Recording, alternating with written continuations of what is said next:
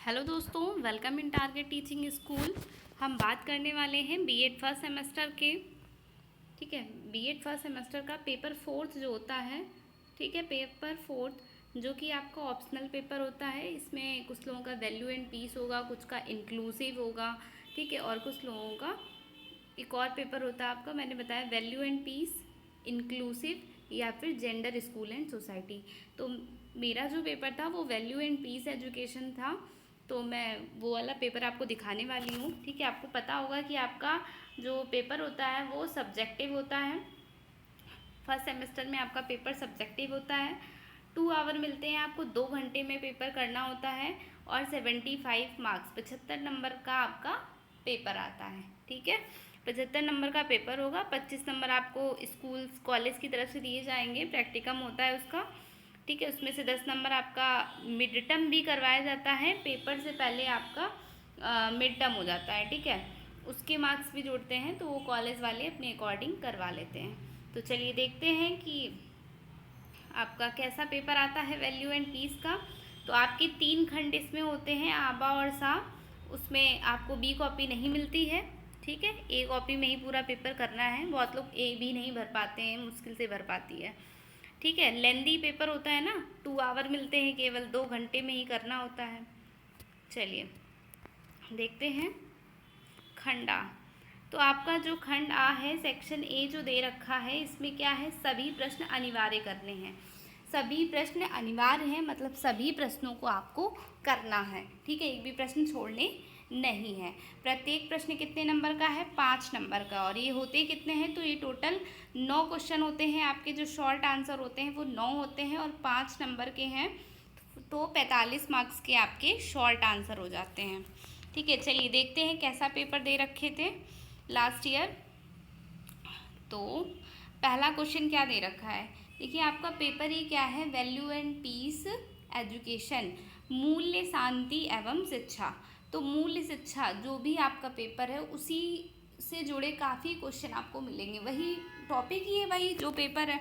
तो मूल्य शिक्षा का अर्थ क्या है, परिभाषा को स्पष्ट करिए। ठीक है, सेकेंड क्वेश्चन क्या है, मूल्य शिक्षा की समकालीन प्रवृत्तियां व पहलू बताइए। अगर आपने अच्छे से पढ़ रखा है तो आप सारा पेपर कर लेंगे। सब में मूल्यों के बारे में ही पूछा गया है, कहीं समकालीन प्रवृत्तियां हैं। तो चलिए तीसरा क्वेश्चन क्या है, तीसरा है मानवीय मूल्य। ठीक है, मानवीय मूल्यों की शिक्षा के उद्देश्य क्या हैं। कहीं पर उद्देश्य पूछे गए हैं तो कहीं पर प्रवृत्तियां पूछी गई हैं। चलिए आगे प्रश्न देखते हैं। आपका एक लॉन्ग, पहले शॉर्ट की बात ही कर लेते हैं। मूल्यों के स्रोत कौन कौन से हैं, मूल्यों के स्रोत पूछे गए इसमें। ठीक है, पूरा मूल्यों से ही जुड़ा हुआ है आपका। आपको अच्छे से नोट्स रिवाइज कर लेने हैं, प्रीवियस ईयर क्वेश्चंस। काफ़ी क्वेश्चन आपके रिपीट भी हो जाते हैं लास्ट ईयर का। ठीक है, नैतिक मूल्यों का अर्थ एवं परिभाषा लिखिए। ठीक है, नैतिक मूल्य बताने, ये इंपॉर्टेंट क्वेश्चन है, नैतिक मूल्य का पूछ लिया जाता है बार बार। ठीक है, मानवीय मूल्यों पर आधुनिकता का क्या प्रभाव है। अभी ऊपर एक क्वेश्चन और आया था मानवीय मूल्यों से जुड़ा हुआ, उसकी प्रवृत्तियां पूछी गई थी। अगला देख लेते हैं इसमें क्या है, तो शांति शिक्षा की अवधारणा, शांति शिक्षा की अवधारणा को स्पष्ट कीजिए। ठीक है, नेक्स्ट एच नंबर है, संयुक्त राष्ट्र संघ यूएनओ की अवधारणा।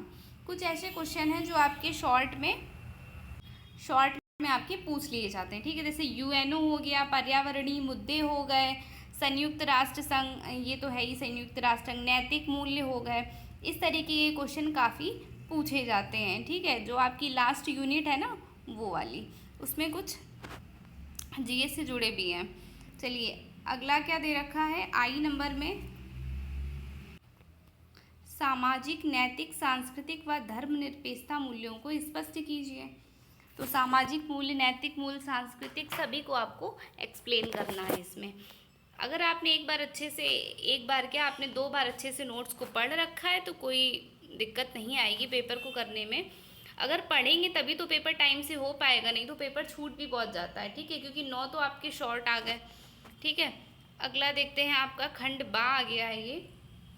इसमें क्या है, आपके दीर्घ उत्तरीय प्रश्न है, 4 दीर्घ दिए गए हैं, ऑप्शन होता है इनमें से कोई एक प्रश्न आपको करना है और वो 15 नंबर का। तो बा और शाह में आपके 2 लॉन्ग आते हैं, ठीक है। चलिए देखिए पहला प्रश्न क्या दे रखा है इसमें।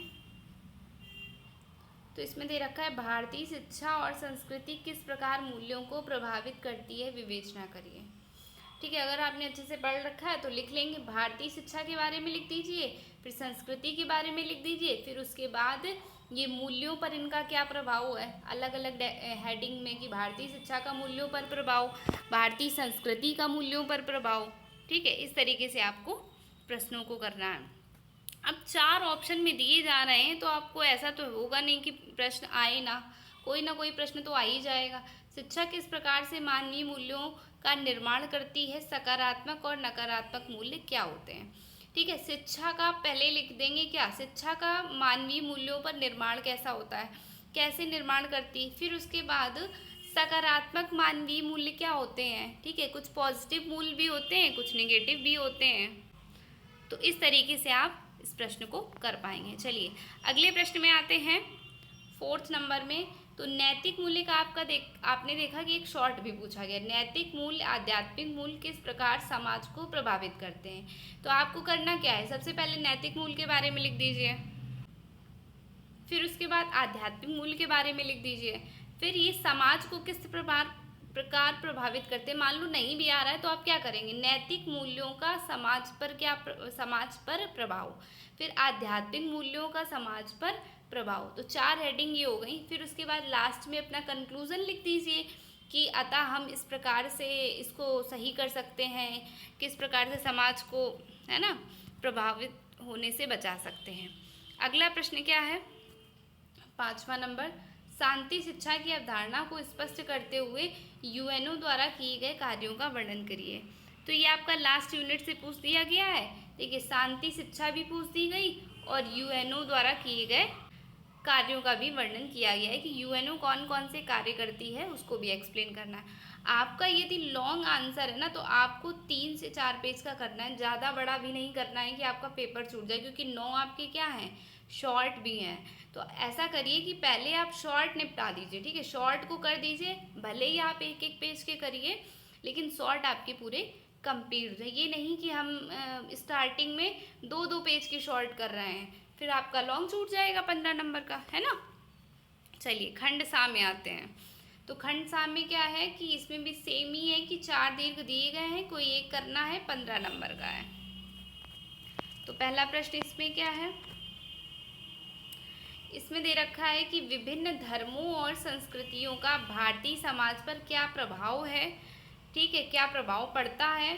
तो पहले लिख दो आप धर्मों का, विभिन्न धर्मों का भारतीय समाज पर प्रभाव। नहीं आ रहा उनके लिए भी ऐसे कर सकते हैं, विभिन्न संस्कृतियों का भारतीय समाज पर प्रभाव।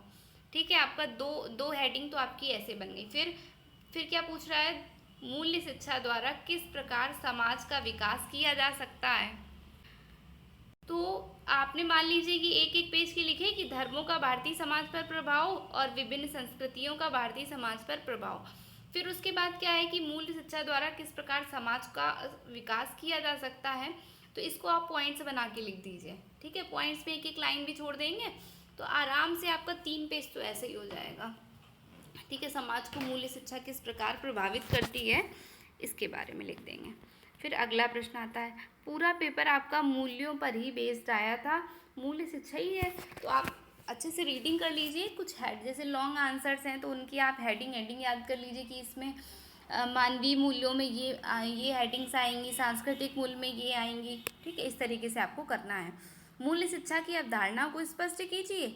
अब इसमें देखिए मूल्य शिक्षा क्या है, उसकी अवधारणा क्या है और मूल्य शिक्षा किन 2 शब्दों से मिलकर बना हुआ है। इस तरीके से स्टार्टिंग करके 1 पेज आपको ऐसे लिख देना है। फिर अंतर्राष्ट्रीय स्तर पर मूल्य शिक्षा किस प्रकार विश्व कल्याण का साधन है। तो पहले आप क्या लिखेंगे कि अंतर्राष्ट्रीय स्तर पर मूल्य शिक्षा का प्रभाव, फिर विश्व कल्याण का साधन किस प्रकार बन सकती है ना, तो इसके लिए आपको एक हेडिंग बना देनी है। ठीक है, तो जो भी आंसर आपको ऐसा लगे कि हम लिख पाएंगे अच्छे से, वही आपको चूज़ कर लेना है। अब देखिए 8वें नंबर पे आते हैं। तो 8वां नंबर क्या है, संयुक्त राष्ट्र संघ के कौन कौन से अंग हैं। ये एक इम्पॉर्टेंट क्वेश्चन है कि आपका नहीं आया लॉन्ग में तो शॉर्ट, ठीक है। लॉन्ग में नहीं आया तो शॉर्ट में भी मिल जाएगा, अगर लॉन्ग तैयार किया है तो शॉर्ट तो अपने आप ही हो जाएगा। तो आपको लॉन्ग अच्छे से तैयार कर लेने हैं। संयुक्त राष्ट्र संघ के अंग बताने हैं और संयुक्त राष्ट्र सुरक्षा परिषद की क्या विशेषताएं। तो आपको क्या करना है कि इसके अंग की सारी डेफिनेशन पता हो कि कौन कौन से इसके अंग है, विशेषताएं पता हो हेडिंग वाइज। तो आप हेडिंग को ही उसको एक पॉइंट्स बना के लिख दीजिए, तो ये पॉइंट्स में हो गई। ठीक है, ज़्यादा लंबा भी नहीं करना है कि हमारा एक लॉन्ग हम लिख लें 4-5 पेज का, दूसरा लॉन्ग ही छूट जाए, शॉर्ट हो जाए, ऐसा नहीं करना है। ठीक है। फिर आगे आपका 9 नंबर, मूल्यों का वर्गीकरण करते हुए मूल्य शिक्षा की आवश्यकता और महत्व को स्पष्ट कीजिए। देखा जाए तो मूल्यों की आवश्यकता और महत्व को हमने खंड बा के लॉन्ग में भी देखा, इसमें भी देखा, लेकिन सेम क्वेश्चन बार बार नहीं करना है, कुछ आप ऐड कर सकते हैं। ठीक है, तो देखा कितना आसान पेपर आता है, लेकिन ये है कि अगर आप क्या कर रहे हैं, अगर आप स्टार्टिंग से ही रीडिंग कर रहे हैं, ठीक है, अगर आप स्टार्टिंग से ही रीडिंग शुरू कर रहे हैं, जब से आपने एडमिशन ले लिया कि हाँ हम मान लीजिए कॉलेज से बुक ले ली और उनकी आप रीडिंग लगा रहे हैं, 2-3 बार आपने अच्छे से पढ़ लिया है, तो पेपर टाइम क्या करिए, पेपर टाइम एक बार अच्छे से हेडिंग देख लीजिए, क्या इम्पोर्टेंट क्वेश्चन देख लीजिए। ठीक है, इम्पॉर्टेंट क्वेश्चन देख लेने हैं और आपको प्रीवियस ईयर जो ज़्यादा बार पूछे गए क्वेश्चन है उनको देख लेना है।